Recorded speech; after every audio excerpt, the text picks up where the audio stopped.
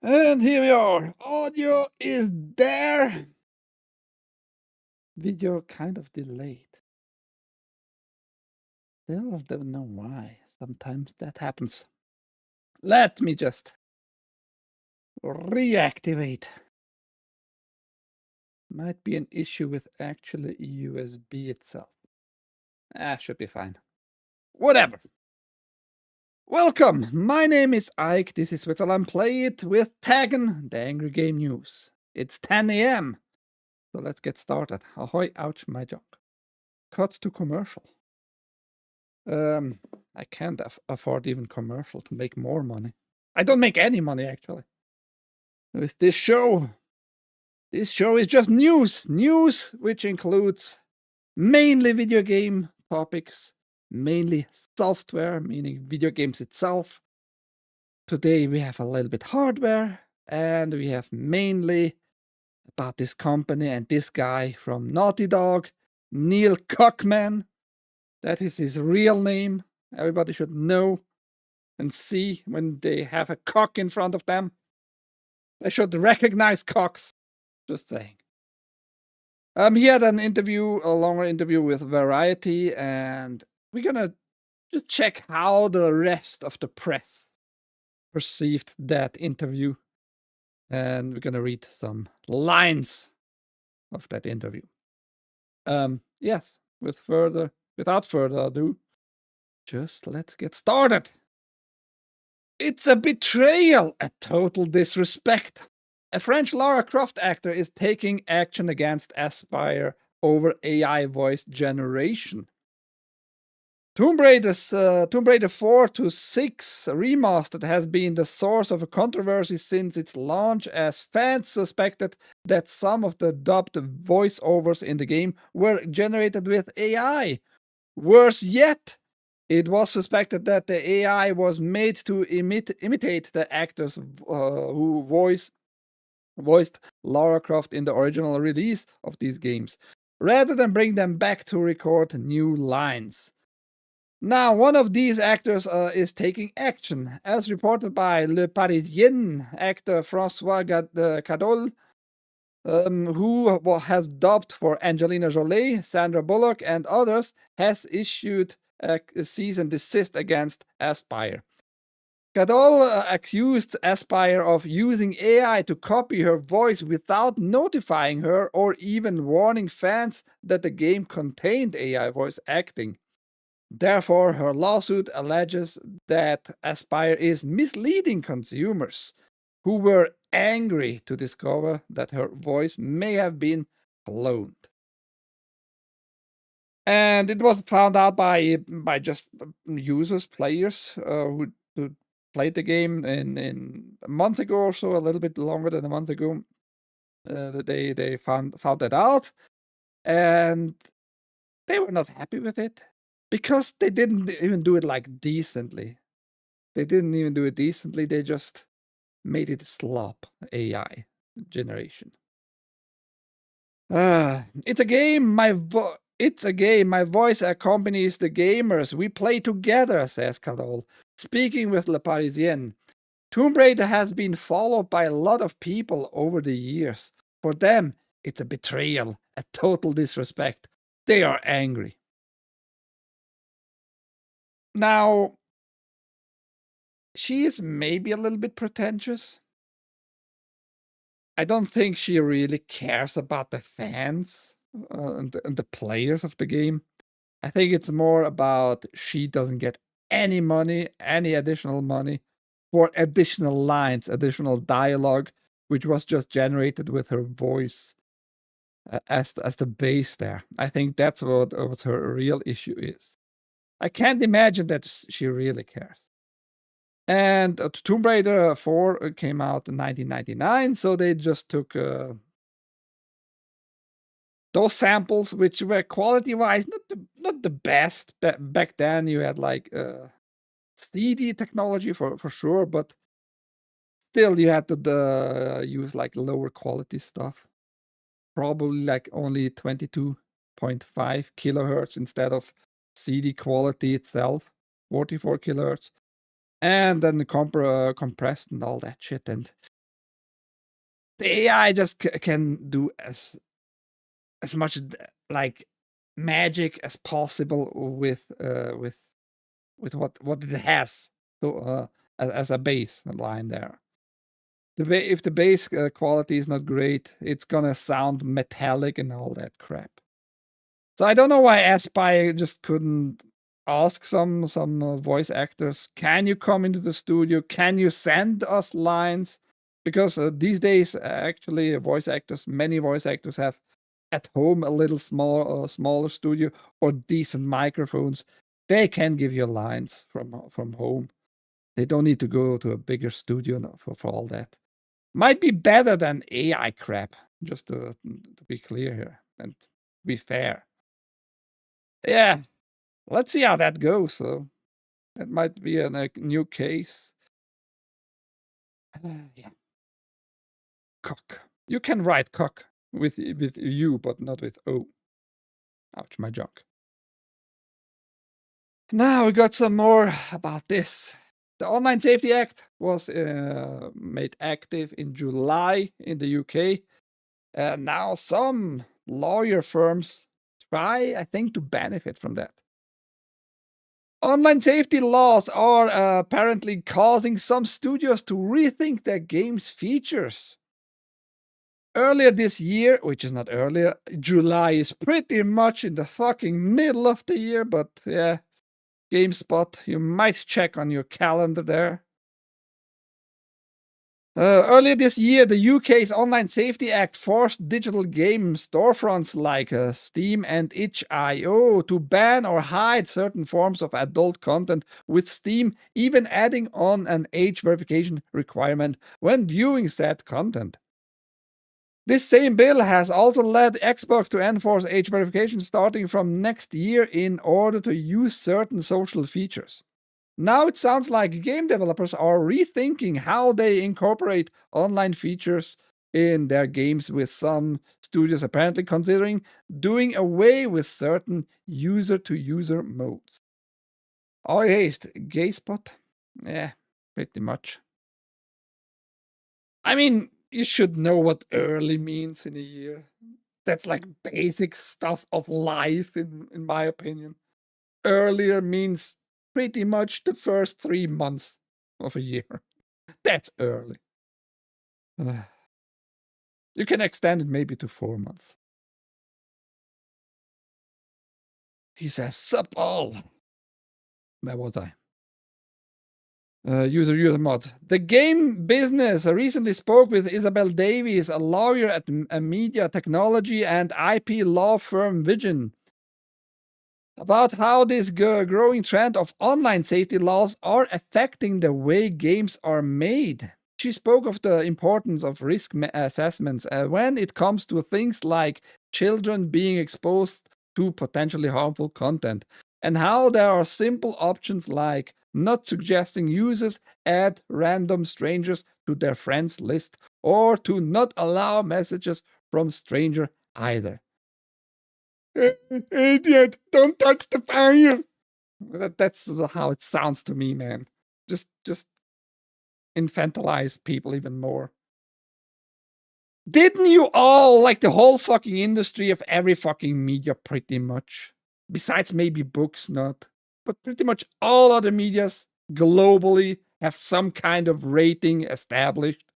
Wasn't that like the main thing for the ratings in the first fucking place?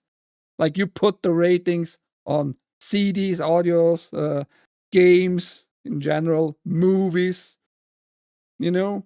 You put all those weird labels, right? R for adult stuff, T for teens in the US, the ESRB rating. Europe has the same. Switzerland and then Germany have like their little side gig with ratings. So why you try to infantilize people even more? I mean, I know why, but I'm not gonna go deeper into that right now. It's just stupid. You want more control. I mean, the developer don't care that much. If the publisher wants something, the developer is gonna put that thing in the game. as far as their contract allows or like demands that from the developers. But yeah, now you think about putting in-game like more warnings than we already have, plenty of it. What are the ratings good for then at this point? So fucking stupid. But Davis also shared that some studios the law firm has spoken with are considering if user-to-user modes are worth the investment. I've spoken to some already that are doing that, Davis said. Or they've gone, we will do it, but maybe not at launch. A good example will be, let's get the core game monetization loop working, let's make sure the gameplay is good, and only then invest in clan functionality or chat functionality, etc. So like, yeah, you're just putting out unfinished games at this point. And when you're going to put a chat in the game from then on, you need more safety measures for protecting the children, of course. What is the point? What is the point, again, for Steam? Like having the overview, which games are allowed to be viewed by children or verified use and shit like that. That just pisses me off even more. It didn't took long, about a month and a half, and we got like more ideas how to fucking annoy gamers even fucking more. I hate it. I hate everything. Or add a post-launch microtransaction store.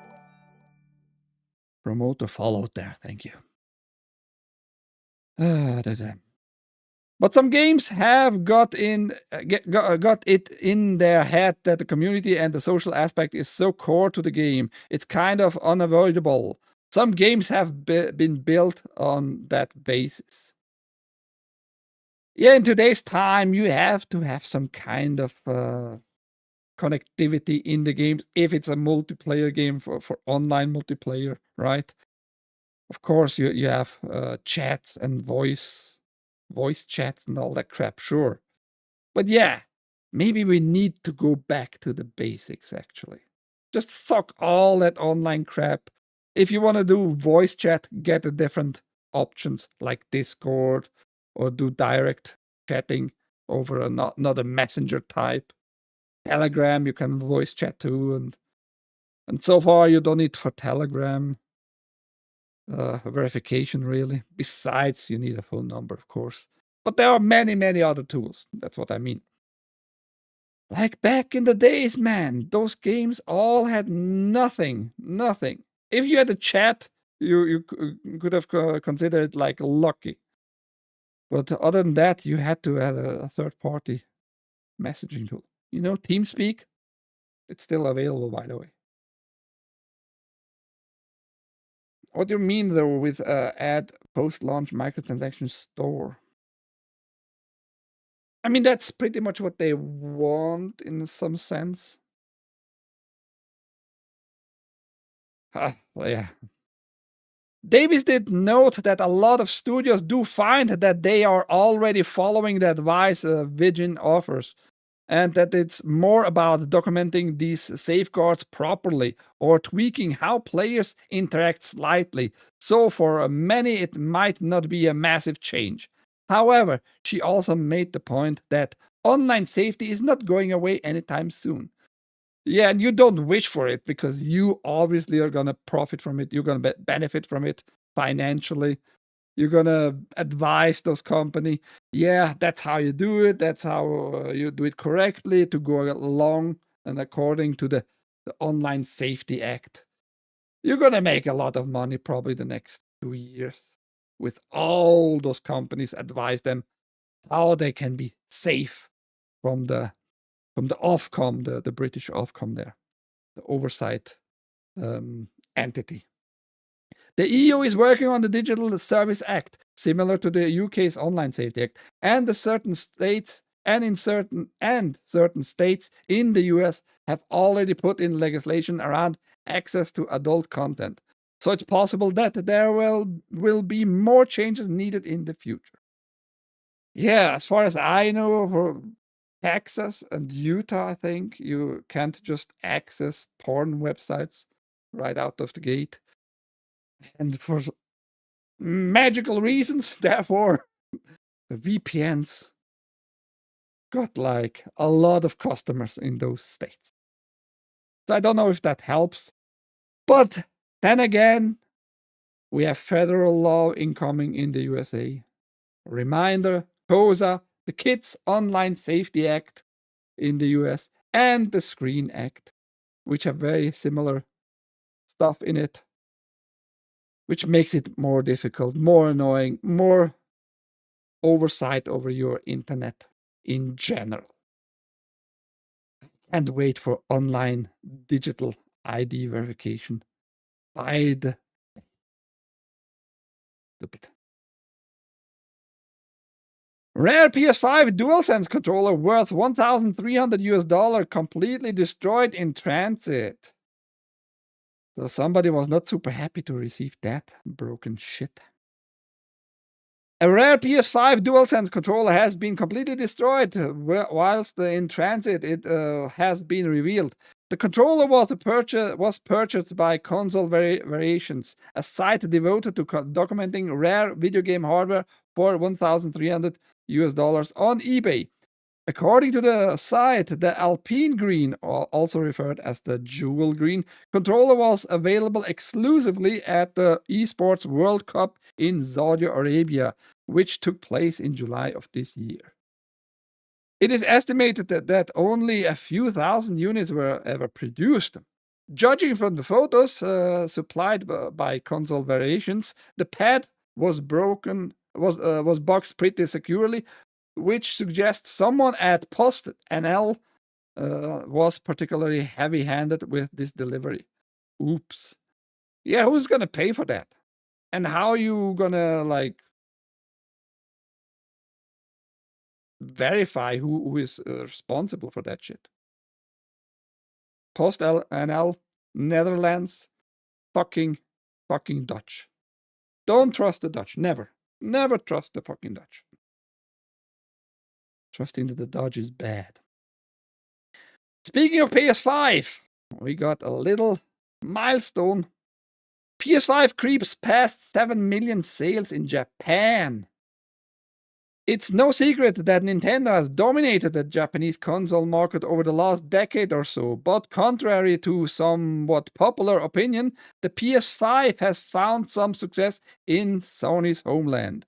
The current gen system has actually done fairly well for itself, considering its initial stock shortage and subsequent price hikes, to the point where it's now topped 7 million total sales.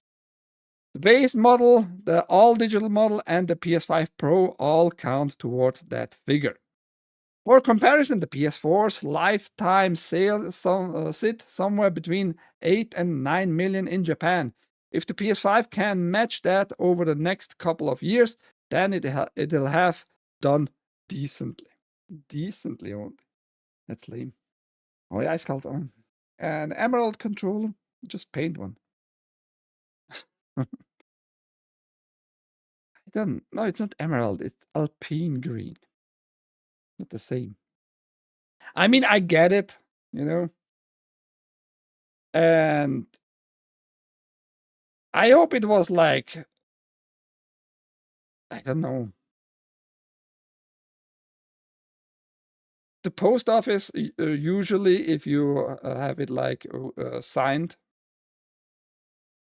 packages, they have it insured. I don't know how much Post NL will insure it, but could also be like the sender just broke it and provided the wrong pictures on eBay. Just got a lot of money and just sent some broken shit. Could also be the case. It doesn't look like there's any art or graphics on the controller. It's just green and white. Yeah, but that seems to make it special. It was produced on this particular color only a few thousand times. Ubisoft. Those fuckers. Far Cry franchise will emphasize multiplayer more in future, Ubisoft says. Crafting more multiplayer features for the Far Cry franchise is reportedly a major push at Ubisoft. While the company hasn't officially announced a follow-up to Far Cry 6, Ubisoft CEO Yves Guillemot recently stated that keeping players engaged in the series with multiplayer is a focus going forward. I don't know. I don't think people are really enjoying multiplayer that much in Far Cry so far, whatever was there. GameFile via VGC reports that Gilmore spoke at Saudi Arabia's new global sport conference and was asked about the Far Cry series. The Ubisoft executive noted that the objective on Far Cry is really to bring the multiplayer aspect more predominantly pushed so that it can also be played for a long time by players. Yeah, while you just shut down the crew, which was a single player game mainly, but it needed online connectivity, now you pretend like you care for your online services, Ubisoft. You're full of it. And by the way, I want to remind people also, Tencent gave Ubisoft a lot of money to make a subsidiary company, which they have now oversight over it. And Far Cry is one of the franchise from Ubisoft that got put into that subsidiary company. And whatever Yves Guillemot here says, take it with a grain of salt. Maybe he says it because Tencent wanted it this way, but I don't think he has any clue anymore what's going on in his company. And his company has financial troubles still. His company has like legal troubles with those rapists and sexual molesters. Back then, 2023, I reported on it. He was asked or will be asked in court about those issues too. So yeah, fuck Ubisoft in general. They have bigger problems than focusing on wannabe multiplayer crap. I'm just replaying Far Cry 4. It's fun. Far Cry 4 is good. Far Cry, I like from the main series Far Cry 5 most, but the best Far Cry is still Primal.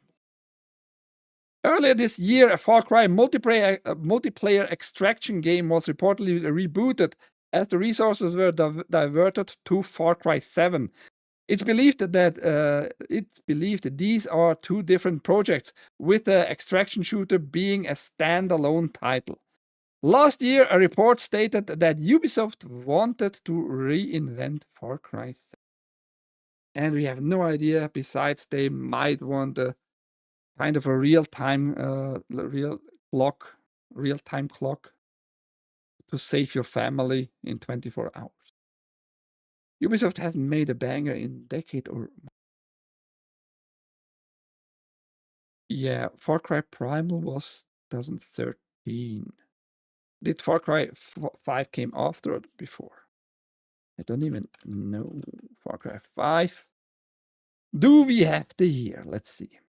I mean, 2018. I thought it was a little bit older. I liked the story a lot in Far Cry 5, especially the ending. Like this dude just escaped it. The scenery. And supposedly he's mentioned in 6, but I'm not gonna touch 6 ever. Fuck that tranny infested crap. But yeah, I guess the best, for me at least, 2018.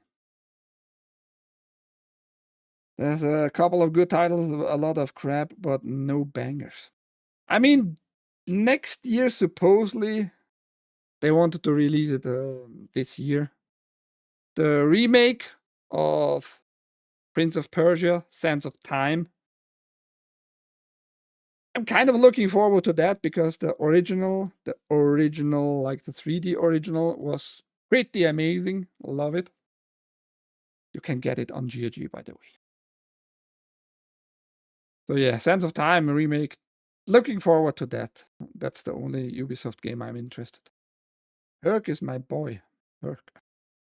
My boy. Shall we already talk about that? I don't know. Let's talk about hardware first. Let's talk about hardware first. Because we love good hardware, don't we? The world's first affordable FPGA gaming console. I'm mesmerized by this new Superstation 1 PS1 system snapshot. That's how it looks. Very glossy. Besides the original DualShock PlayStation 1 controller. It matches the glossy, but you're not going to get the glossy version. Anyhow, retro console conversations are dominated by FPGA chatter right now, but the Superstation 1 could be the system that changes the playing field. It's aiming to be the world's first affordable system that uses tech, and a new image of the actual hardware is now available for your viewing pleasure. Shared to X by the Superstation 1's creator Taki Udon, the new images show of the Midnight Blue variant next to an original PlayStation controller. For those of you catching up, this is a best retro console contender that looks almost like an original PS1, or Slim if you're adverse to Sony branding. I mean, Sony itself named it PS1 and not Slim. And uses FPGA field programmable gate array tech to replicate the OG hardware. The YouTuber turned console creator says to ignore the high gloss finish on this early version of the Superstation 1, and it's seemingly be made. However, even the shiny version absolutely looks the part, especially when be placed next to the original controller.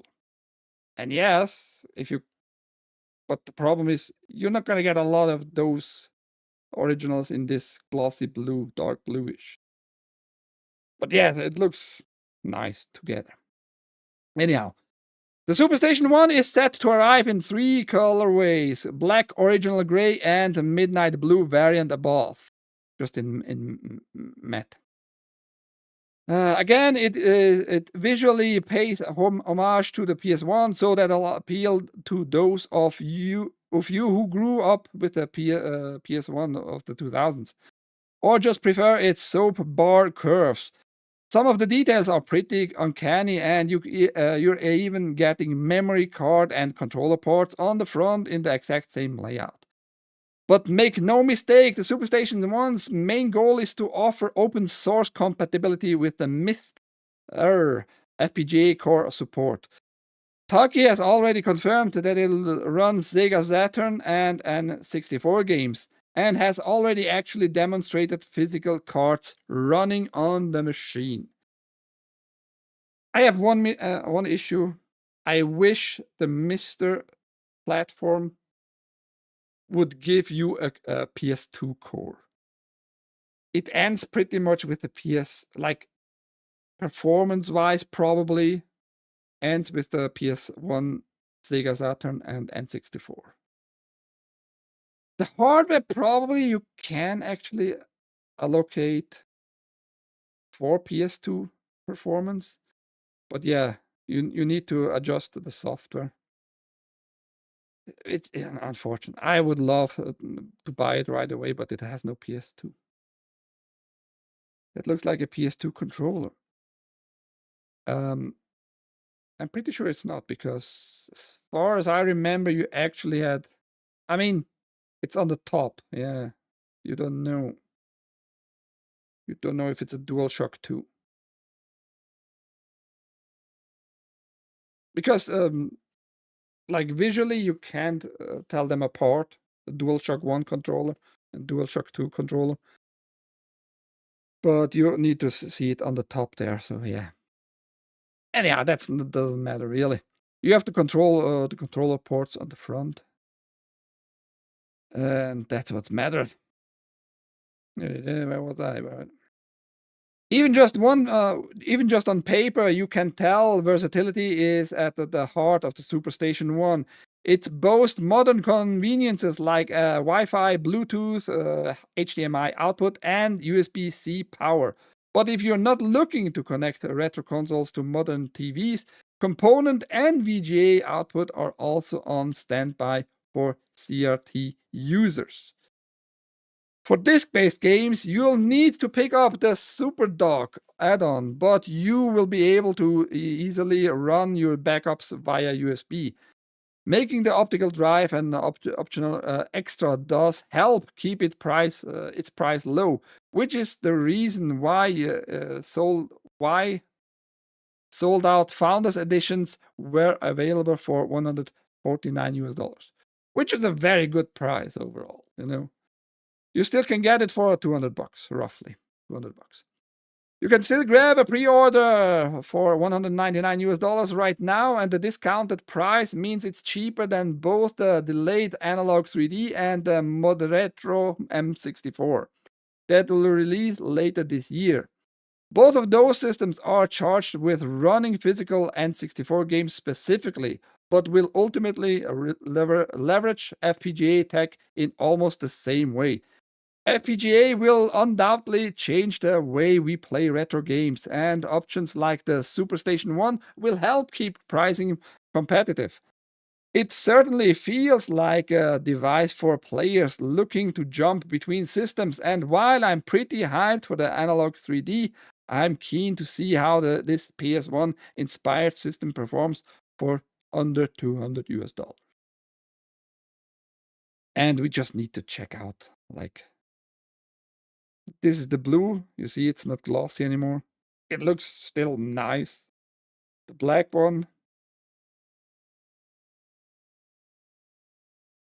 But I think the gray is spot on. Original gray is spot on. It looks super neat.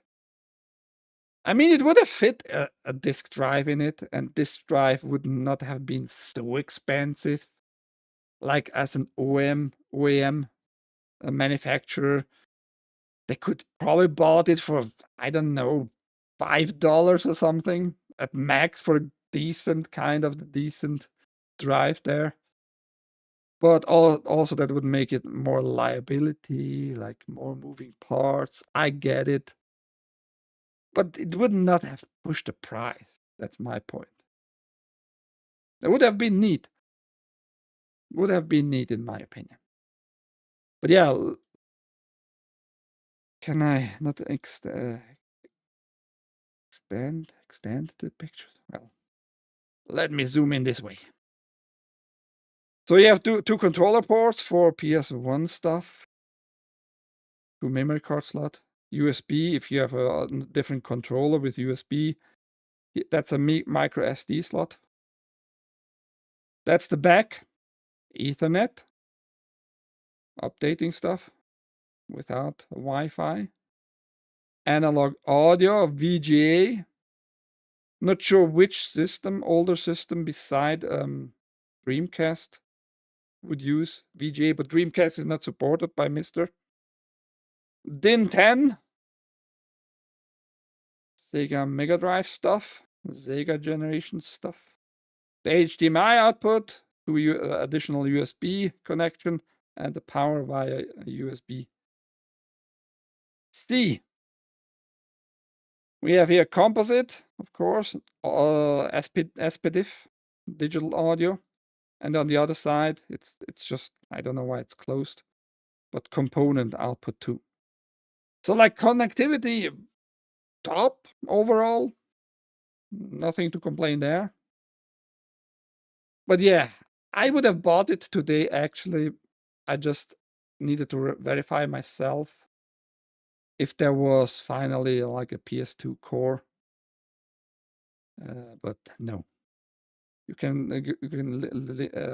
take the link down below, check what system you would like to play. Those are all the compatible cores. So the main thing will be N64, Saturn maybe, PS1 of course, Neo Geo, which is neat, right? I love that machine, but unfortunately, no PS2. Yeah, but 360, no FPGA. Maybe in 20 years or so. Maybe in 20 years. Anyhow, today, now, not in 20 years, we got Neil Cuckmann telling us bullcrap. Pretentious bitch that he is. Intergalactic is already getting interest from Hollywood studios. Sure. The TV adaptation of Naughty Dog's The Last of Us on HBO is a big hit. Not really. First season, yes. Second season, kind of started well, viewer-wise, number-wise. But people were already pissed that they had to see their probably favorite, even if it's Pedro Pascal gay, to be killed in the show, like in the game. So yeah, not a big hit. Not a big hit. Not anymore. Nobody is gonna care anymore for Last of Us. But could the developers' next game, Intergalactic: The Heretic Prophet, leap to TV or the big screen? No. It's too soon to say, but Hollywood studios are already pitching Naughty Dog, Neil Cuckmann said. Speaking to Variety, Cuckmann said, "We have already had studios approaching us about Intergalactic based on excitement around the trailer alone." I take bullshit that never happened for 500. I mean, could be the case, sure. But even like studios are not that fucking stupid, just based on this bullcrap, non-informational, zero content trailer, just pitching to you, oh yeah, we want to do a movie. They don't know what it is about. You see just this bald-headed, flat-chested Asian maybe lady, right? Really, you just want to make a movie based on this trailer alone, which has zero excitement, doesn't tell you what it is about. It's just this lady, maybe lady, in space, in a spaceship, and you know the title. That's pretty much it. So you're full of it. It's like the dock station emulator with a wobbly pixel fix. He's full of shit. He is overflowing with crap. That's what Neil Cuckmann is. And I'm not going to replay the trailer. If you want to see it again, I played it here when it was pretty much announced. And it's a nothing burger. It's going to flop. I'm going to tell you, it's going to flop already. There's a lot of ideas of what we could do with Intergalactic, and in some ways it's easier to expand that because it's just how that story is structured in that universe, he said. So there's some interesting conversations happening about potential projects that could come down in the future, but our priority right now is to make Intergalactic the next big, fantastic Naughty Dog game. And you're going to waste probably a lot of money, and people will not care anymore because you abused people's trust, with The Last of Us Part 2.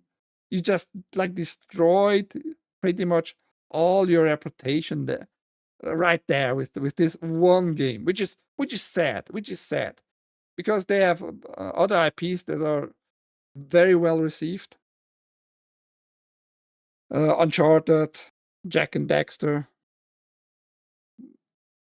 Crash Bandicoot, not really anymore. It's more like a Blizzard Activision IP in general, totally for them. So yeah. But you could have done something else.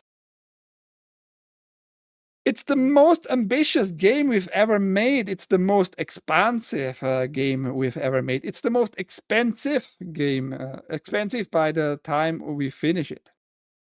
Oh yeah, that's like your attribute here for success. We put a lot of money in it. Gonna be the biggest success ever. So yeah, I think he's telling us bull crap that studios came to him after they saw the trailer.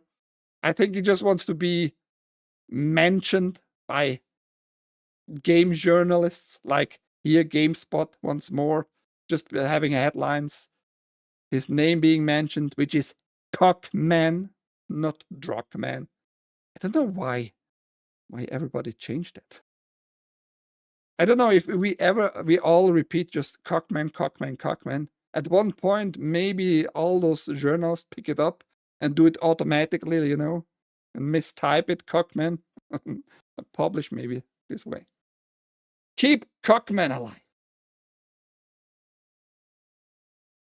And Game Informer saw that interview too, and they have also their own lines here, which I'm gonna look at it too. Naughty Dog debated going straight into The Last of Us Part 3 after Part 2. While a Part 3 to The Last of Us, it seems like a no-brainer considering how well this franchise does for Naughty Dog and PlayStation, Cuckmann has given mixed signals over the years.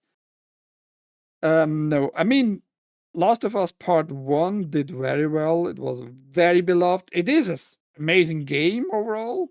A very good game. But the signs were already on the horizon after the Part 1. With like changing, Cuckmann being like the lead writer and director of the whole studio there. And he already made stupid decisions and stupid statements and wanted to be always in the spotlight and make everything gay and happy and diverse. And yeah, I mean, it was on the horizon. And that's why many people were a little bit hesitant to buy the Part 2. And those people who bought the Part 2 were super disappointed after Joel got beaten by the 9er iron into a pulp. Yes. I think it was a 9 iron. Nobody corrected me so far. It eventually included Grounded 2, a documentary. Wait. When The Last of Us Part 2 remaster dropped last year, it eventually included Grounded 2, a documentary about the making of the game. Near the end of it, the Cuckmann said, "For years now, I haven't been able to find that concept for Part 3, but recently that's changed, and I don't have a story, but I do have a concept that to me is as exciting as 1, as exciting as 2 is its own thing, and yet has this through line for all 3. So it does feel like there's probably one more chapter to this story. I don't know if he mainly had even like an idea about Part 2 in the first place. Maybe there was another story for Part 2 established and he changed it too much. And that's what we got now with Part 2. How can you not have a Part 3 as a story already? Isn't that a little bit weird? Like, I don't know, those writers are dog shit. Sometimes just dog shit. No creativity. But then in March 2025, Variety interviewed Cuckmann. Variety interviewed Cuckmann when asked about potential Part 3, said, "I guess the only thing I would say is don't be on there being more of The Last of Us. This could be it." The team looked at Uncharted, Jack and Daxter, and its sci-fi thing. Though, and Cuckmann said what it is now, Intergalactic is where the team's passion led. So it's again, like similar to what I said yesterday about Sucker Punch. Was it? Yeah, it was Sucker Punch. Like, that's not what our team wants. That's not where the passion lies. They are not feeling for that, for this and that IP and such. We are focusing on this because that is more fun for us. But they think all for themselves way too much. They want to see like their stuff in a game to play themselves. Not for selling, not to make more money, not to keep their job, not to make players happy. No, they want their identity into their games. And this sounds to me like the same. Like the whole team was passionate about this intergalactic, the heretic prophet. That's why they made this their mission here. And that's probably the main reason why this is going to be a big, big pile of shit, a flop, because you are making the game only for yourself. At least it sounds to me like that. And I want to remind everybody how this one lady who plays the main protagonist in the Intergalactic, the Asian balded, flat-chested thing. That's like the picture Wikipedia choose as the best picture to depict her, him, it. I mean, it's a female, but it is a LGBTQ ally so far. I haven't found any statements online that she said she is gender fluid or maybe transgender. Nothing of that kind. But she is an ally. She made clear she is an absolute ally of the alphabet mafia. Woof. That's an ugly, ugly woof. Good. Fuck their feelings. Make what sells. I mean, maybe this gonna make you buy their beer now. Ouch, my junk. Add Sapporo Beer's iconic logo to Atsu's arsenal in Ghost of Yotai. As part of a pretty appropriate partnership, Sony has paid to brand all boxes of the beer with the game. Sapporo is in Japan's northern Hokkaido region, where Sucker Punch's new title takes place. The in-game reward, named the Charm of Hokkyo Kusei, features Sapporo's globally recognized star logo. Yeah, you can have some yotai for yourself. Ouch, my job. Get some premium Sapporo beer with Ghost of Yotai. Sapporo's original brewmaster and the hero in Ghost of Yotai both experience defiance, discovery, and artistry to rewrite their fates. Sapporo bigwig Zach Keeling said. These are inspirational stories that connect us to Japan and its remarkable history. We aim to share those stories and bring fans closer to Japan through this partnership. Sony is trying desperate shit. I mean, they knew what's gonna happen this week, right? This all was already established probably months and months ago. But yeah, because I reported yesterday, I talked about this stupid one bitch here. And we need to talk about her in particular because she allegedly lost her job. And I'm gonna tell you my thoughts about cancel culture. Sucker Punch artist allegedly loses dream job after Charlie Kirk comments. It should be a time for celebration at developer Sucker Punch with sequel Ghost of Yotai out in a matter of days. And it was a celebration time, especially because GTA was delayed. You know, they are super happy about all that crap. So they were on a good track in their eyes. They were on a good track. But now maybe because X is like for users, for customers, and alike for players, kind of an effect. If somebody like Grumps bitches around, millions of eyes are on Grumps posts. I don't think Grumps is always really super right in the sense of correct and like neutral and all that shit, because he was kind of cancelled himself. So now he punches back in some form. But yes, when Grumps says something, people are gonna jump on that shit, and probably Sony is gonna have a difficult time now with this game because of this bitch. Instead, it looks like it may find itself at the center of an employment storm, with a senior staff character artist allegedly let go for making comments about Charlie Kirk's death. You can call it death only or murder. Murder might be a little bit more like precise. For those of you who don't know, the outspoken political commentator was shot dead during an event in Utah this week.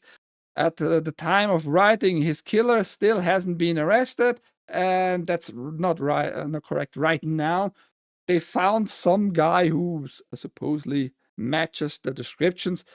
We have to wait. Calm your tits. We need to verify all that stuff and investigate the whole issue. Commenting on the situation, Drew Harrison wrote, "I hope the shooter's name is Mario so that the Luigi knows his bro got his back." Which I yesterday told already, that's a very stupid connection you try to establish there. But you, on the other hand, are very stupid because you love Hassan Piker's wiener, supposedly.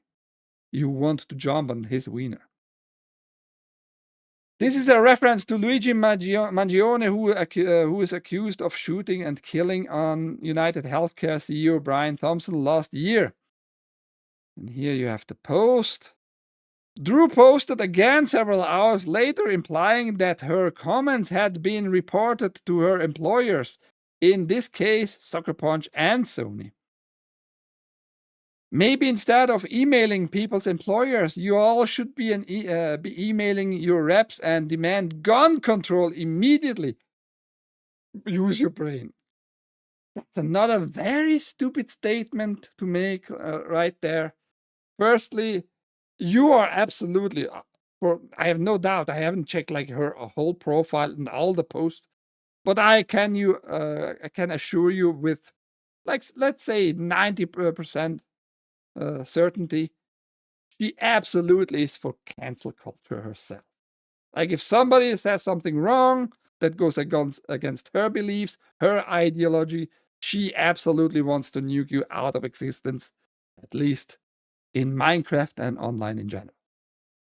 So now she bitches a little bit around, or bitched a little bit around. She got a little bit of her own medicine.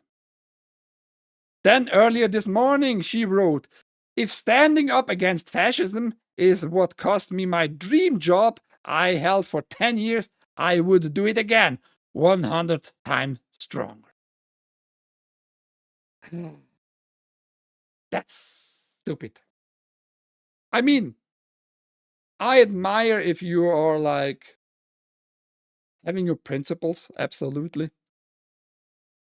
But the choice of words here is retarded as fuck.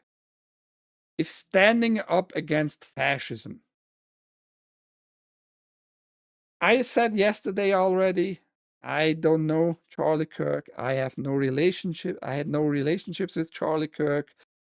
I just saw him as a political commentator, an influencer, and I'm not gonna go on like either side really. But he was a very normal dude in my eyes. I haven't seen him really cursing. He tried to communicate with people. He tried to discuss certain topics with people. He had, of course, his beliefs, and that's it.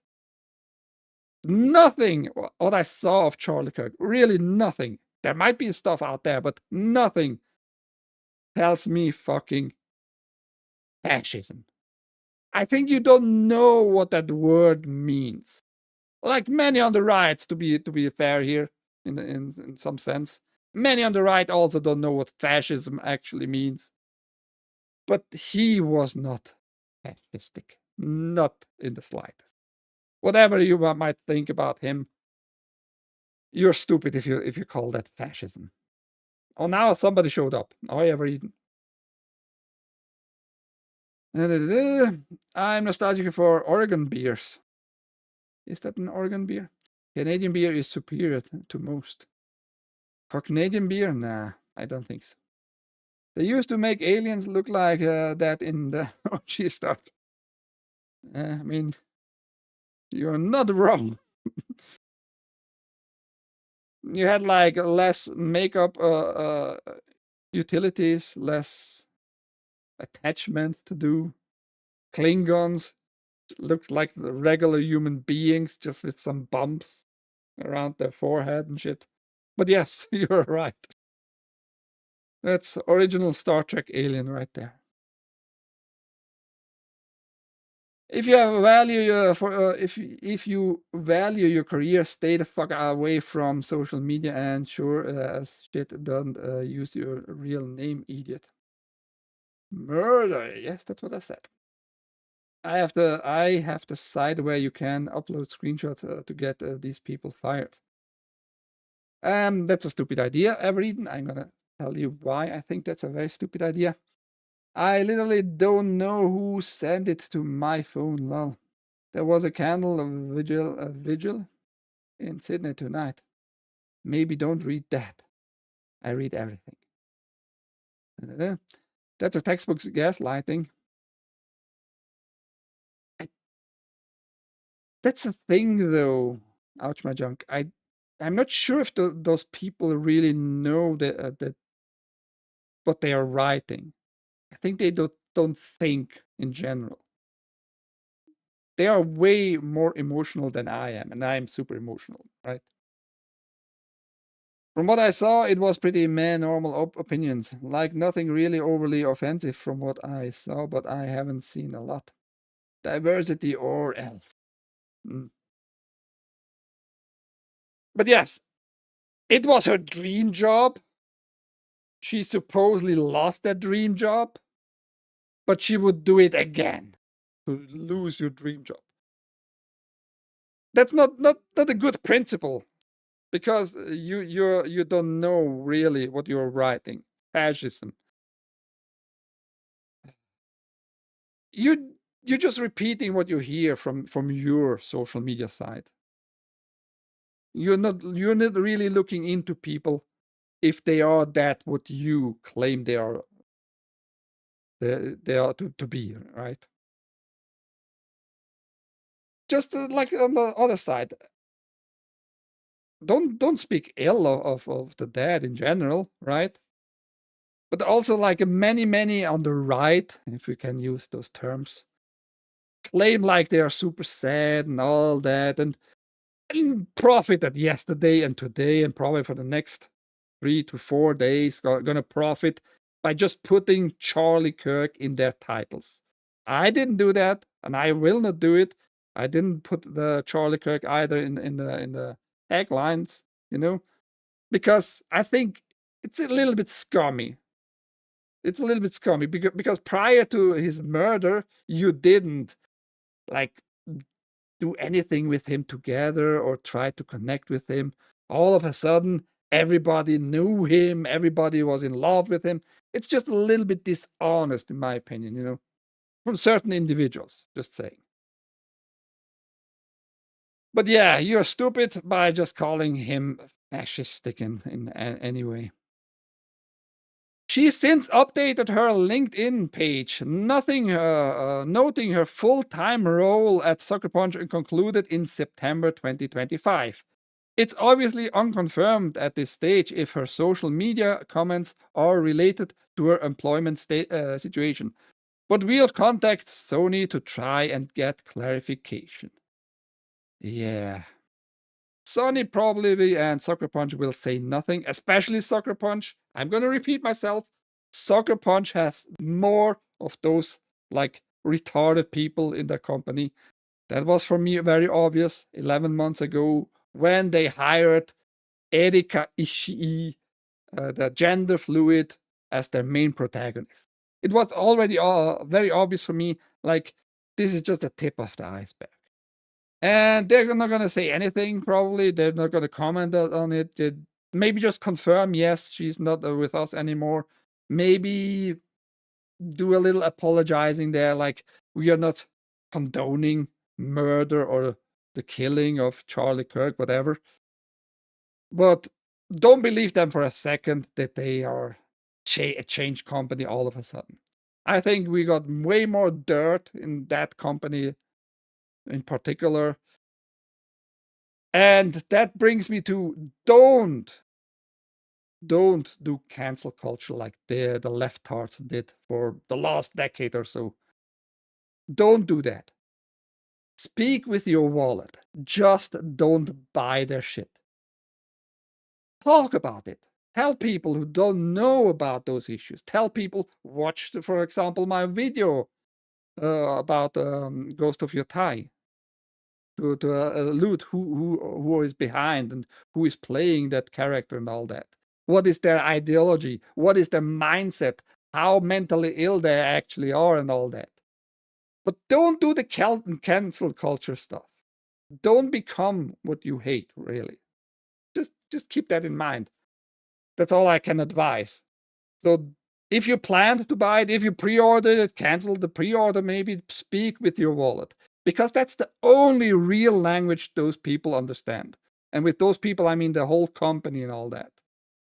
Because if you do cancel the culture stuff, report them, tell, is that your employer there, employee, maybe you should check on it, blah, blah, blah. They might just let those people go and nothing else will change, you know? But if no money comes in, that's way more brutal for them. Just saying. You're wrong is in the chat. They don't care if fascism is anything they don't like. It's a buzzword word they use. If they call it fascist, and Nazi, then it's okay to act however you want. Exactly, says Everyden. It's just making it a virtue signal in a different way if you go after idiots. Oi, Luigi, on the world's most known cock is on the news today. Neil Cuckmann. Side Scroller had yesterday a cock. Did you watch Side Scroller yesterday? I couldn't. Because whatever that cock said, he is not smart. He is fucking not smart. I don't know why people are deceived. You must be more idiotic, more retarded than him. But yeah, if you now all of a sudden are okay with cocks, see a bad future for side scrollers. And Disney doesn't seem to understand.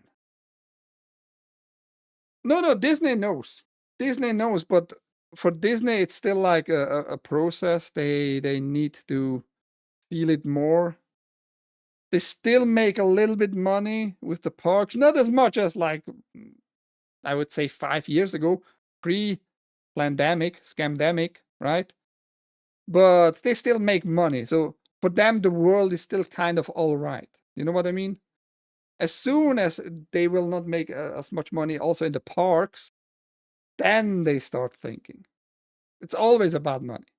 That's the only real instrument, the only real tool you have as a customer to make them think. Don't give people who hate you your money. Just don't do it. There are plenty more games on this planet out there. You don't need every fucking newest game that will be published by bigger studios. Go on GOG, check out the sales on Steam for older games. But go on GOG, get older games for decent prices without DRM protection and all that crap, you know? There are so many options out there, really. We don't need them. They need us way fucking more. Keep that in mind. Don't be their slave. Make them your your slave. Your money slave. That said, it's already over. On time, pretty much. Disney has done on patching the old Star Wars games. Done good on patching them. Yeah, there are plenty of Star Wars, especially like before Disney actually got the tons of Very beloved Star Wars titles, for sure. And yeah, ahoy FP. He just entered to the end. What can I say? Nothing else. Don't give people who hate you your money. That's all. My name is Ike. That was Switzerland.playit with TAGN, the Angry Game News, here on this channel.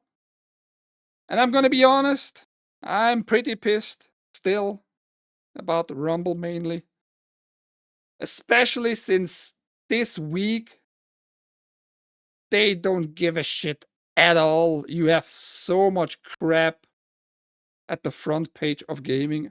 I'm always talking about gaming. But just giving viewer butters like the spot at the very top, just let them go wild. And they are viewer botting like crazy. So we got new accounts, different accounts. I figured that out. With having 200 to 300 viewers supposedly. Can't figure out the fucking audio. Try to do ad reads to make money somewhat, right? Just showing the fucking QR code and maybe having a shitty voice to doing that crap. And we have going like crazy people who I once respected doing now viewer botting like it's nothing. It's nothing. We can do that. Who cares, right? But nobody's watching you. Nobody's watching you. That's why you need the fucking viewer bots. You faggot. I have collected quite a lot of video evidence.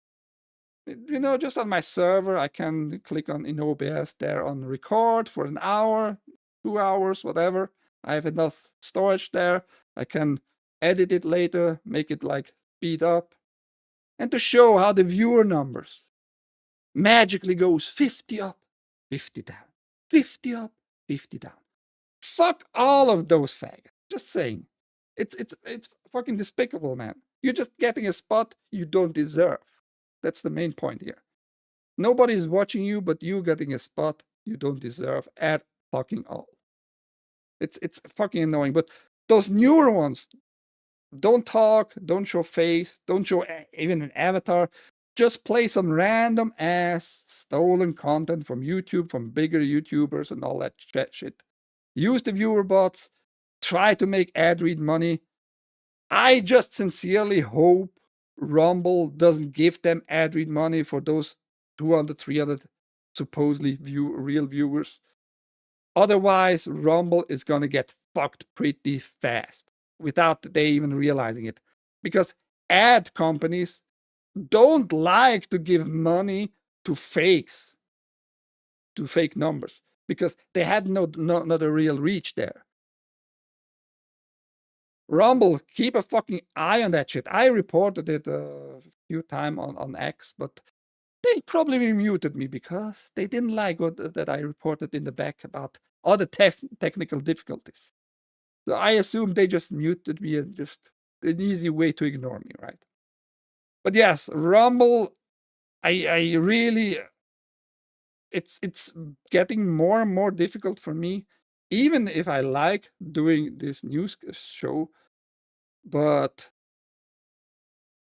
if I'm gonna be pushed away because of fakes, that pisses me off.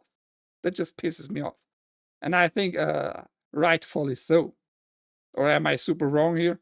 Do I just need to get better? I think I provide content, in much more content than many others at this time of day, at least. Totally out of control. It's been crazy fucking week. Yeah, a lot of fucking crazy going on this week. We got the murder of a white chick. People going crazy about that, of course. Rightfully so. Charlie Kirk got killed. And we have on this platform issues about like fraudulent. That's fraudulent what they are doing. Frauds, real frauds. Trying to make money with your fake viewers and your stolen content and all that. It's all very crazy right now. As a content creator, a small guy who just tried not to make a living, but try to communicate with people. More people need to go in the chat, though. If you just like to be lazy and just watch the same game every day by the same people, that's fine too. But don't cry later on fucking X about you not being featured either, bitches. Anyhow, I hope you have a great rest of your day. May it be night, morning, evening, afternoon, whatever. Enjoy it. Bye-bye.